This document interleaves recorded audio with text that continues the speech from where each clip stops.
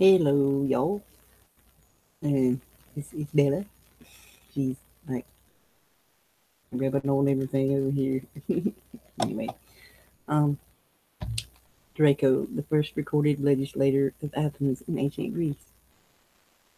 Thanks to Christopher Dixon for that. No, don't get on the table. No. Anyway, I'm gonna screen share it, and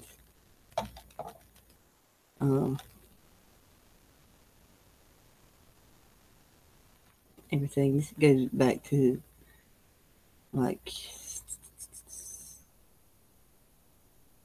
around 622 BC.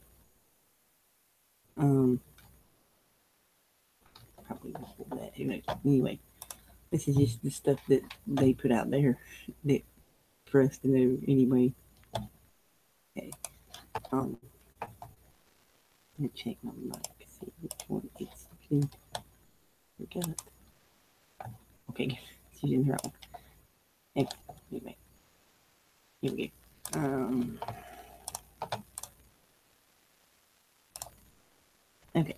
He was the first recorded legislator of Athens in ancient Greece. He replaced the prevailing system of oral law and was viewed by a written code to be enforced only by a court.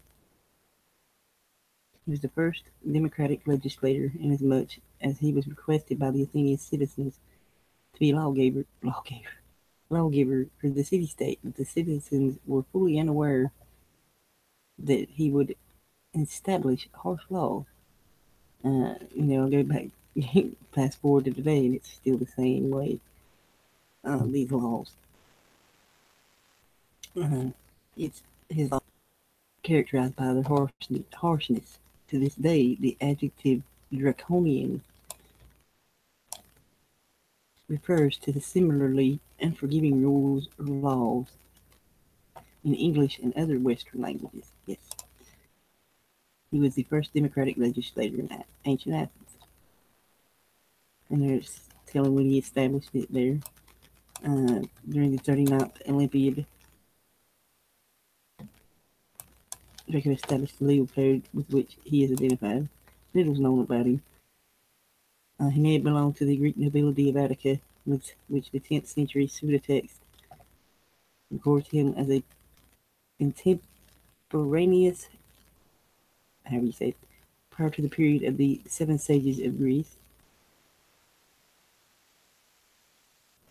Folklore story around his death there.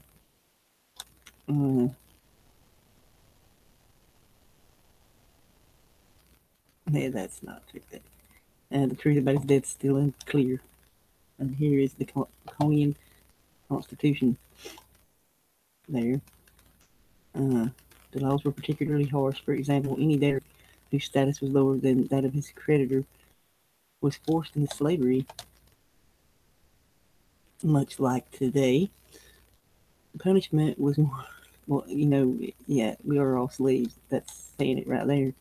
Because most of us' status is lower than our creditor. So we're forced to work to pay these creditors anyway. The punishment was more lenient for those only owing a debt to a member of a lower class. See, much like today. The death penalty was the punishment for even minor offenses such as stealing a cabbage. Well, give it time. Anyways, concerning the liberal use of the death penalty, Plutarch states, it is said that Draco himself, when asked why he picks the punishment of death for most offenses, answered that he considered these lesser crimes to deserve it, and he had no greater punishment for more important ones. See, that's, yeah, like I said, much like today. I mean, almost exactly like today, except for this, which give it time, like I said. Anyway, let's see, 400.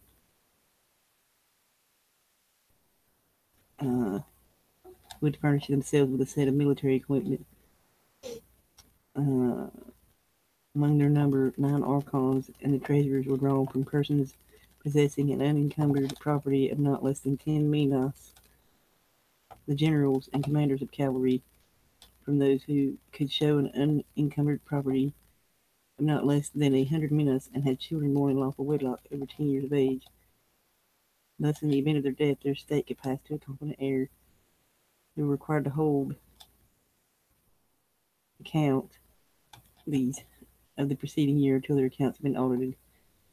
The Council of Areopagus, however you said, was guardian of the laws and watched over the magistrates to see they executed their offices in accordance with the laws. Like, you know, the police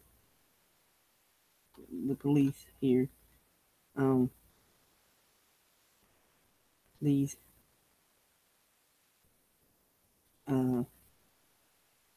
that word, sorry. There, that was the all free men who could furnish themselves with a set of military equipment. There, anyway, about that.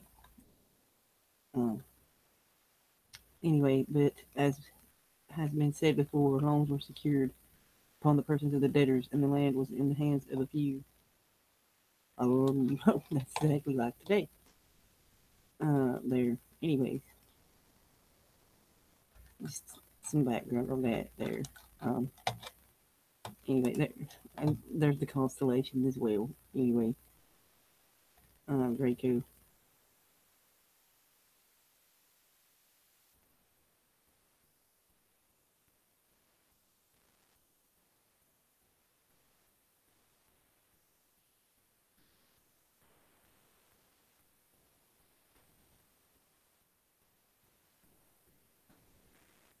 It could be a relative.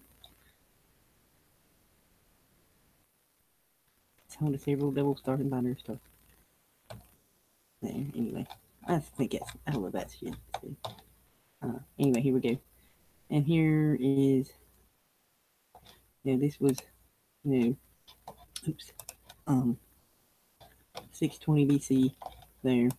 You know how the time goes backwards there. Anyway, this is 535 BC, Samos, Greece.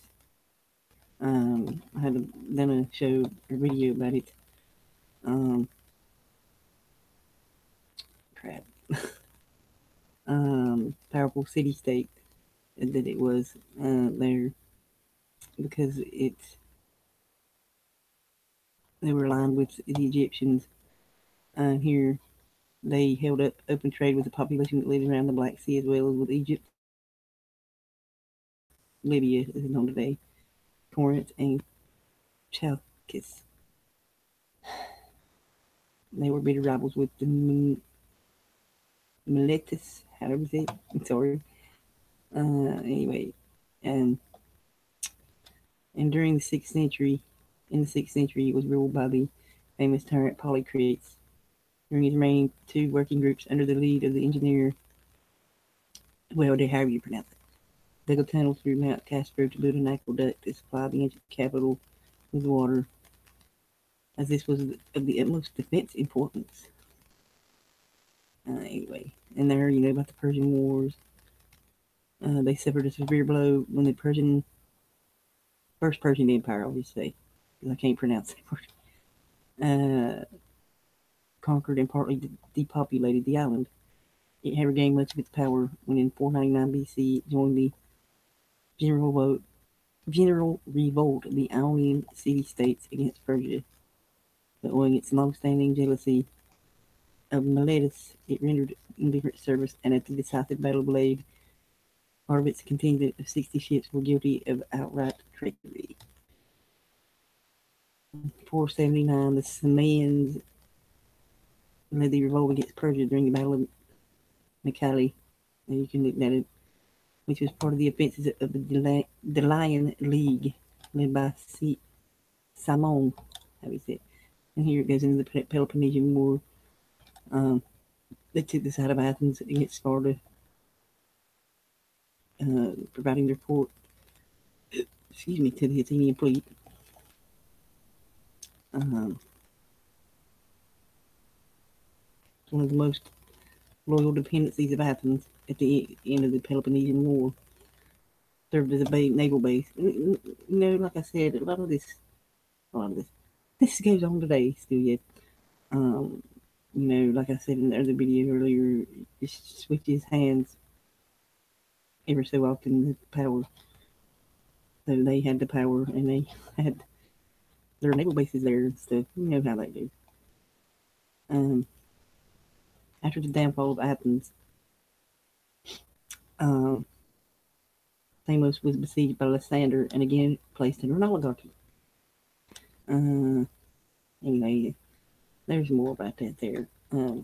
Social war, there's one other one.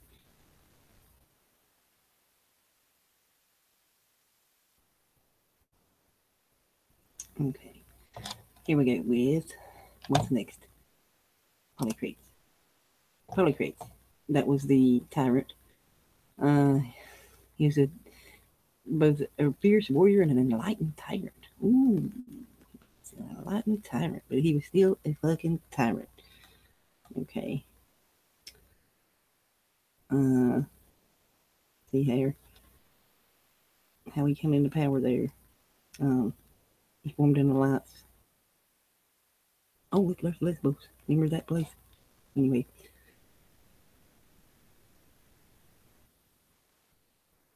He was the first Greek ruler to understand the importance of sea power.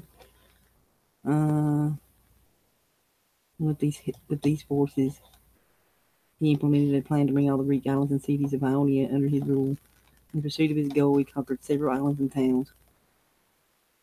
All successful action against Miletus and Lesbos formed an alliance with King Amasis of Egypt. So there you go. Anyway, like we said a lot, it's all goes way, way back, these power structure. Anyway, here we go. Next, the 30 Tyrants. I've done a video about this as well, about the 30 Tyrants. This was after,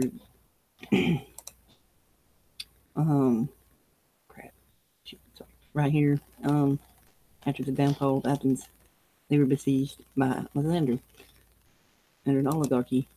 Shit. There we go. Anyway, they maintained power for 8 months. Though brief, their reign resulted in killing of 5% of the Athenian population. And they became known as the 30 Tyrants because of their cruel and oppressive tactics. There's the 2 lead members. There's about their rule and how. Let's see, hang on. They executed 1,500 people without trial. Let's see, hang on. Give me a second. I'm lost.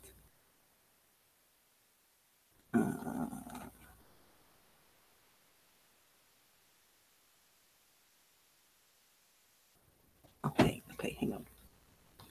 Oh yeah, here we go. You know the movie The 300? There you go. Sparta. 300 lash bearers or whip-bearing men to intimidate Athenian citizens. Sound familiar? Sounds like the police know it. But you know the movie The 300? Yeah, the 300 lash bearers in Athens. The Spartans. 300 lash bearers. Good night. Love you. Thanks, Vicky. Anyways, there we go with that. And here is about Lysander, who he was and stuff. Darius II. He was a buddy of his, much like they are today. You know, Putin and Trump, they're all buddies and shit. And here's about the first Persian Empire that he was a part of here. So like I've said, you know, this has been going on for a long time. The New World Order stuff. It's been way back. Anyway, like I said, the links are below. Y'all can go more into it if you want, but that's just thought it was interesting because and I had done videos relating to this as well and stuff. So and also look into I think it's let me think. the stone tablets. Code of Urnami. Or Namu, something like that. Yeah, look that up as well. I have done research on that myself. So, y'all, if you want to look it up, for those that don't know, I'll say again, this is for y'all. But I thought this was interesting, like I said, because I've researched this before along this line. So anyway, I gotta go to bed because everybody's going to bed. So anyway, take care, y'all. Much love. See ya. For me, better. See ya. Good night. Good night. She meow. She can hear. Anyway, you guys take care, y'all.